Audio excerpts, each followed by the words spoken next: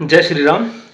तो आज की जो वीडियो है उसका हमारा टॉपिक है कि कैसे हम ज्योतिष को समझ के उसको अपनी लाइफ में प्रैक्टिकली यूज़ कर सकते हैं अपने लाइफ के गोल्स को अचीव करने के लिए।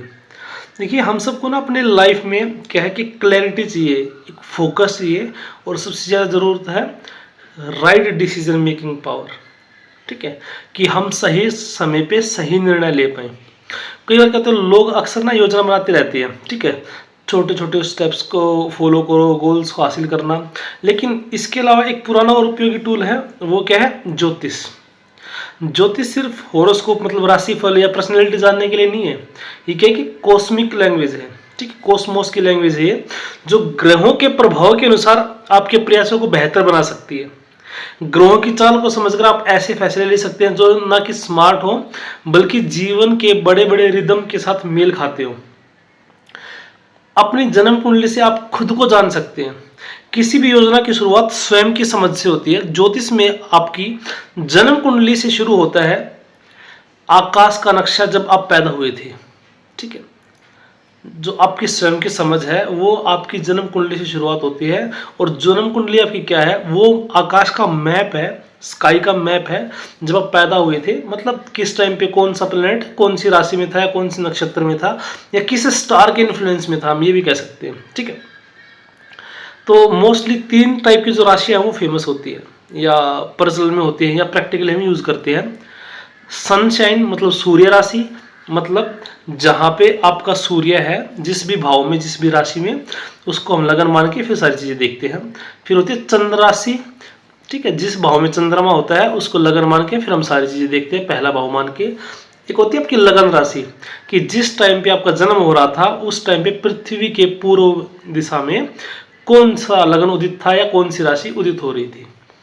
तो सूर्य राशि जो होती है वो आपकी क्या होती है? मुख्य ऊर्जा और लक्ष्य बताती है। क्योंकि सन क्या है? Sun is the only source of creation on this earth. और ऊर्जा का भी क्या है? अल्टीमेट सोर्स है। कोई भी एनर्जी आप देखेंगे ना कहीं एट लास्ट वो सूर्य से जुड़ी है। ठीक है, अब मैं ये बहुत ज़्यादा साइंटिफिक बात हो जाएगी। जैसे कोल एनर्जी है तो कोयला जो बना कभी मिलियंस ऑफ ईयर अगो वो भी सन का ही हाथ था। ठीक है, हाई टेम्परेचर और प्रेशर ने कोल को बदला था। प्लांट की जो एनर्जी है आज तो भाई सीधी सी बात है, जो लाइफ पॉसिबल प्लांट से, जैसे प्लांट की लाइफ किसकी वजह से? सूर्य की वजह से। तो आपकी मुख्य ऊर्जा और आपका लक्ष्य क्या है? सूर्य इज ऑल्सो द कारक ऑफ फेम। ठीक है, फेम मिलता है किससे? सूर्य से। तो सूर्य राशि इसके लिए देखनी जरूरत होती है। चंद्र राशि आपकी इमोशंस के लिए जरूरत है, आपको खुशी कहाँ से मिलेगी।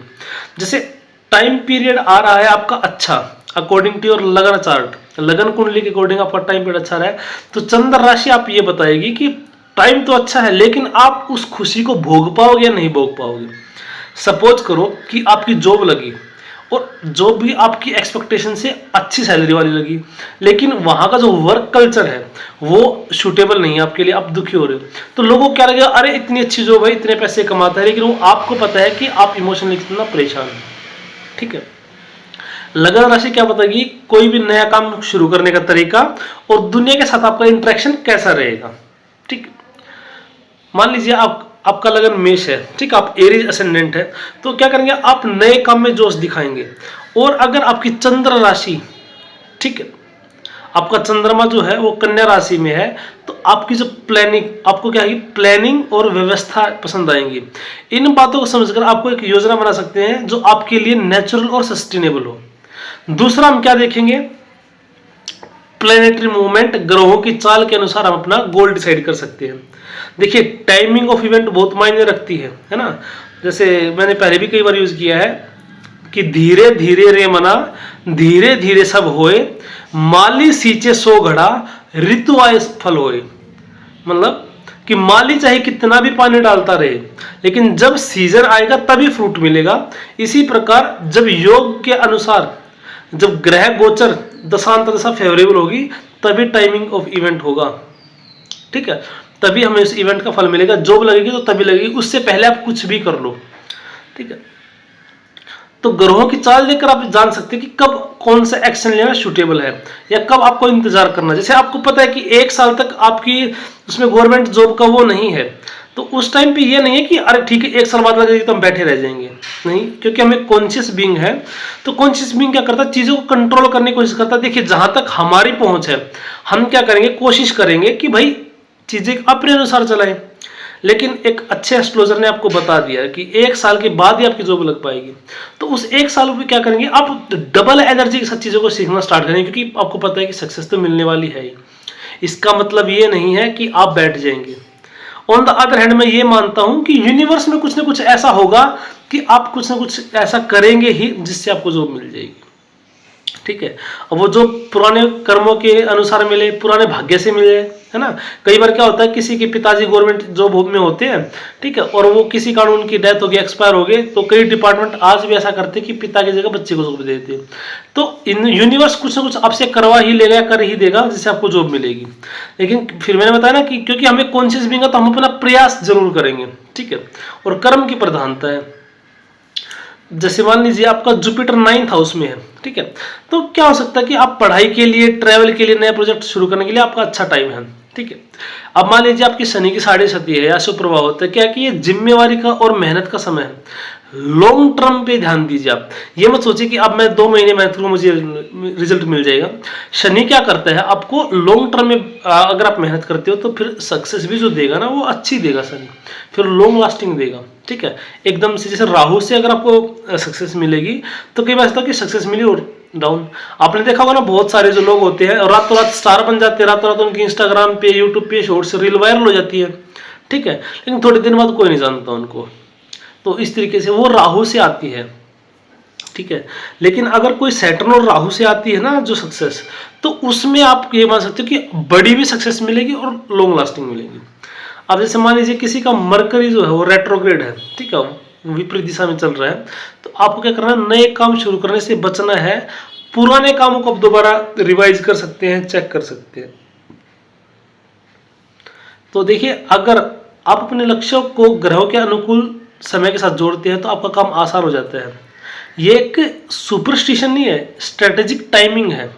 कुछ ऐसा हम बिलीव नहीं कर रहे ओहो कोई मिरेकल हो जाएगा, ऐसा नहीं है। बस एक स्टडी है हमारी, बहुत समय तक ऋषि मुनियों का अनुभव है, और आजकल जो भी एस्ट्रोलॉजर प्रैक्टिस कर रहे हैं वो भी अपना अनुभव साझा करते हैं और टाइम टू टाइम इसमें अपडेट करते रहते हैं। जैसे ऋषियों ने ये नहीं लिखा मशीन लर्निंग का क्या योग होगा, ठीक है, इलेक्ट्रॉनिक इंजीनियर का क्या योग है, तो वो आजकल के जो भी अपने एस्ट्रोलॉजर है वो प्रैक्टिस करते हैं, अपने ज्ञान से हमें ओतप्रोत करते हैं। तो फिर ये ज्ञान जो है वो परंपरा से आता है, कोई किसी से सीखता, कोई किसी से सीखता है। मैंने किसी से सीखा, मैं आपको बता रहा हूँ, शायद आप मेरे से, आप लोग, कुछ लोग मेरे से सीख के आप कहीं और आगे इसको यूज करेंगे, ठीक है। तो जन्म कुंडली से क्या है, आप अपनी स्ट्रेंथ और वीकनेस पहचान सकते हैं। ज्योतिष आपको बता सकता है कि आप कहाँ अच्छे और कहाँ पे आपको मुश्किल आ सकती है, या किस टाइम पे आप, देखिए जरूरी नहीं है कि आप जहाँ पे अच्छे नहीं हो पूरा लाइफ उसमें अच्छे नहीं रहेंगे। ज्योतिष टाइम पे बताता कि ये 6 महीने रुक जा भाई, ये थोड़ा सा हार्ड टाइम है, उसके बाद तुझे कोई दिक्कत नहीं होगी।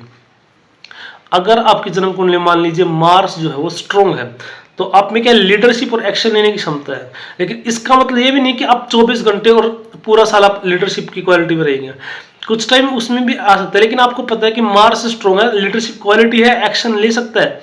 लेकिन फिलहाल ये चीज दिक्कत है, ये शनि के कारण थोड़ी सी प्रोक्रेस्टिनेशन हो रहा है, या इसके कारण ये चीज हो रही है, तो थोड़ा सा वेट कर लीजिए।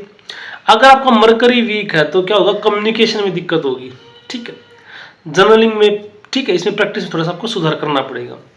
अपनी ताकत और कमजोरी जानकारी पे प्लान बना सकते हैं जो आपको सफलता दिलाएगा, और जहां मुश्किल होगा वहां पे आपको फिर पता है आपको एक्स्ट्रा मेहनत करनी पड़ेगी।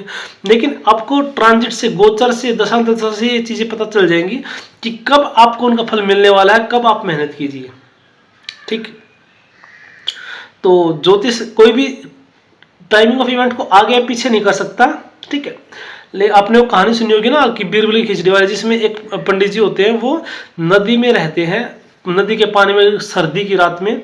जब उसे पूछा गया ना कि सुबह हुई, जब पूछा गया तुम कैसे रहे, तो उसने क्या कहा कि दूर एक दिया जल रहा था, उसकी रोशनी को देख के मैं रह गया। अब ऐसा नहीं कि उसकी रोशनी से उसको ठंडक मिलेगी, तो ज्योतिष वो दिया है।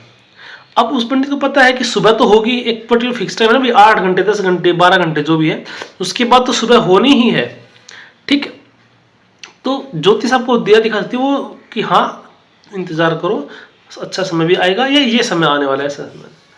ठीक है, तो ट्रांजिट से क्या होगा, तो जो ग्रह हैं वो सिर्फ आपको इस बारे में नहीं बताते कि आपके आसपास की स्थिति क्या है, बल्कि आप ग्रहों के वर्तमान चाल को देख के, ट्रांजिट को देख के अपॉर्चुनिटी और चैलेंजेस को पहले से ही समझ सकते हैं।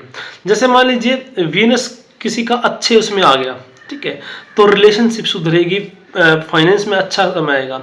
मान लीजिए किसी की रिलेशनशिप में लड़ाई चल रही है, अब उसका दिमाग खराब है, क्या करूं क्या नहीं करूं, कहीं पे चक्कर काट रहे हैं।